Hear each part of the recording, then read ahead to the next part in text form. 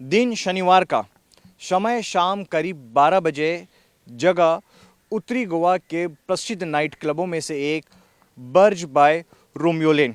उत्तरी गोवा के ये मशहूर नाइट क्लब है। ये नाइट क्लब ना सिर्फ देशी पर्यटक बल्कि विदेशी पर्यटकों के लिए भी काफ़ी मशहूर है उनके बीच में, क्योंकि ये क्लब जाना जाता है अपने खुशनुमा माहौल के लिए, जश्न की रात के लिए, बेहतरीन आकर्षण के लिए।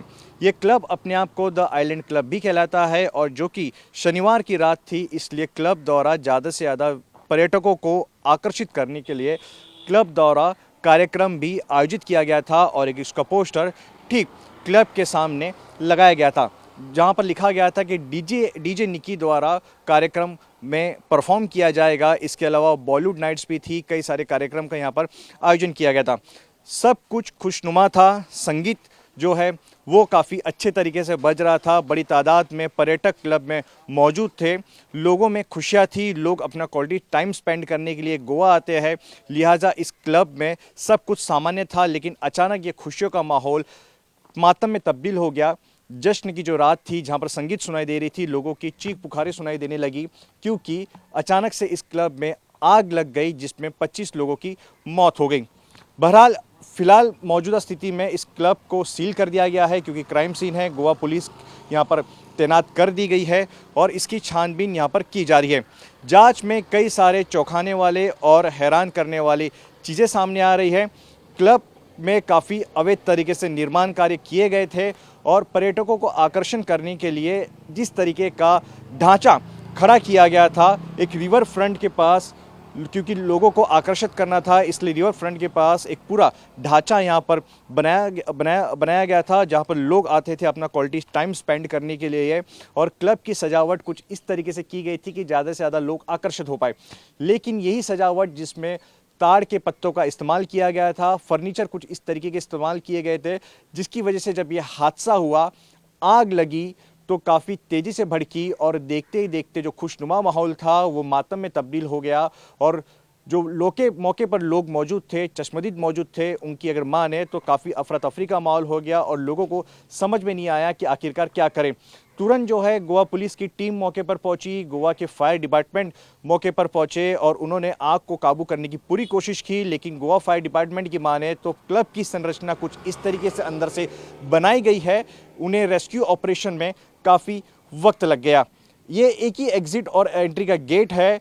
कई सारे ऐसे नियम कानून का उल्लंघन किया गया था, जिसकी वजह से आग काफ़ी तेज़ी से भड़की और रेस्क्यू ऑपरेशन में काफ़ी वक्त लग गया और 25 लोगों की जान चली गई। बहरहाल इस पूरे मामले में मजिस्ट्रेट के आदेश, जांच के आदेश दे दिए गए हैं।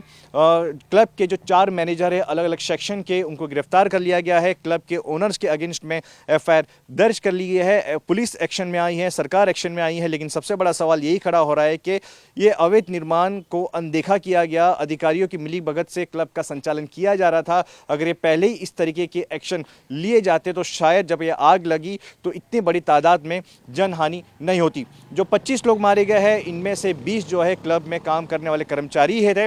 और जो बात सामने आई है, प्राथमिक जानकारी वो ये कि क्लब में इलेक्ट्रिक फायर वर्क का इस्तेमाल किया गया था, रातों को काफ़ी आकर्षित बनाने के लिए, डेकोरेशन को काफ़ी आकर्षित बनाने के लिए। और यही इलेक्ट्रिक फायर क्रैकर के जरिए ये आग लगी और आग काफ़ी तेजी से भड़की, जो कि क्लब में काफ़ी संकरी गलियां थी। फायर नॉर्म्स का उल्लंघन था, लोगों को समझ में नहीं आया, इसलिए लोग तेज़ी से, क्योंकि आग जो है क्लब के पहली मंजिल पर लगी, इसलिए लोग तेज़ी से नीचे की ओर दौड़े।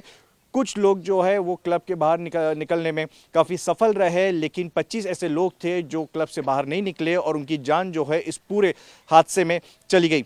25 में से 20 जो थे वो क्लब के कर्मचारी है, जो बाकी राज्यों से यहाँ पर क्लब में काम करने आए थे। और अधिकांश लोगों की मौत जो है वो दम घुटने से हुई है और कुछ लोगों की मौत जो है वो आग में झुलसने के चलते हुई है। बहरहाल इस पूरे मामले की जांच के आदेश दे दिए हैं और जो है इसके साथ साथ बाकी जो क्लब है उसकी भी समीक्षा की जा रही है। वहाँ पे भी सुरक्षा मानक क्या है उसकी भी समीक्षा के जांच के आदेश दे दिए गए हैं। बर्ज बाय रोमियो लेन पर्यटकों में इसलिए मशहूर है क्योंकि क्लब की संरचना कुछ इस तरीके से बनाई गई है क्योंकि ज़्यादा से ज़्यादा पर्यटक यहाँ पर आ पाए। क्लब नॉर्थ गोवा के अरपुरा गांव में स्थित है। रिवर फ्रंट पर यह क्लब बनाया गया है। क्लब अपने आप को द आइलैंड क्लब भी कहता है और शायद यही वजह है कि पर्यटकों में ये क्लब काफ़ी मशहूर है और अधिक से अधिक पर्यटक यहाँ पर आना पसंद करते हैं। शनिवार की रात भी क्लब ये पूरी तरीके से चार्ज था, यानी बड़ी तादाद में यहाँ पे पर्यटक मौजूद थे। काफ़ी कम जगहों पर इस तरीके की संरचना किसी क्लब की आपको दिखाई देगी जहाँ पर ये रिवर किनारे यानी आइलैंड के किनारे ये क्लब बना होगा, क्योंकि लोग जो है नदी के किनारे पसंद करते हैं अपने क्वालिटी ऑफ टाइम को स्पेंड करने के लिए। लेकिन क्लब की यही खासियत जो है, शनिवार की रात को जो हादसा हुआ वो आपदा में तब्दील हो गई। यही खासियत क्लब जो फायर ब्रिगेड की जो रेस्क्यू ऑपरेशन में बड़ी हम कह सकते हैं कि अड़चन पैदा कर रही थी। क्लब की बनावट कुछ इस तरीके से की गई है क्योंकि अधिक से अधिक फर्नीचर का इस्तेमाल किया गया है। पाम यानी ताड़ के जो पत्ते हैं उसका इस्तेमाल किया गया है और जब आग भड़की तो यही जो पाम के पत्ते थे जिसकी वजह से काफ़ी तेज़ी से आग भड़की। जो चश्मदीद है उनका कहना है कि जब आग भड़की तो काफ़ी चीख पुकार का यहाँ पर माहौल हो गया था और तस्वीरों से आप देख के इस बात का अंदाज़ा लगा सकते हैं कि किस तरीके से कितनी भयानक ये दृश्य होगा। लोगों को कुछ समझ में नहीं आ रहा था। लोग तेज़ी से जो चश्मदीद है उनका कहना है कि पहले मंजिल पर ये आग भड़की, लोग तेज़ी से जो क्लब के जो निचली इलाका है किचन जहाँ पर बना हुआ है वहाँ पर अपनी जान बचाने के लिए भागे और जो फायर ब्रिगेड है उसने ऑफिशियली इस बात को माना है कि क्लब की बनावट कुछ इस तरीके से की गई थी कि आग बुझाने के लिए, रेस्क्यू ऑपरेशन कैरी आउट करने के लिए काफ़ी समय लग गया। क्लब के जो रास्ते हैं काफ़ी संकीर्ण थे, इसलिए ना सिर्फ फायर ब्रिगेड को काफ़ी वक्त लगा, लोगों को बाहर निकलने भी काफ़ी वक्त लग गया।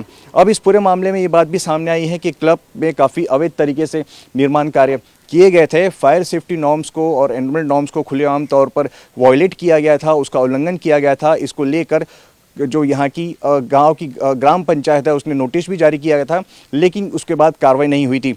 अभी हादसे के बाद सीएम ने मजिस्ट्रेट के ऑर्डर तो ज़रूर दिए हैं जांच के लिए, लेकिन सवाल यही बन रहा है कि अगर वक्त रहते इस क्लब पर कार्रवाई की गई होती तो शायद ये हादसे में जितने लोगों की जान गई है उनकी जान बच पाती। कैमरा पर्सन राजेंद्र सिंह के साथ अंकुश जायसवाल, न्यूज़ 24 गोवा।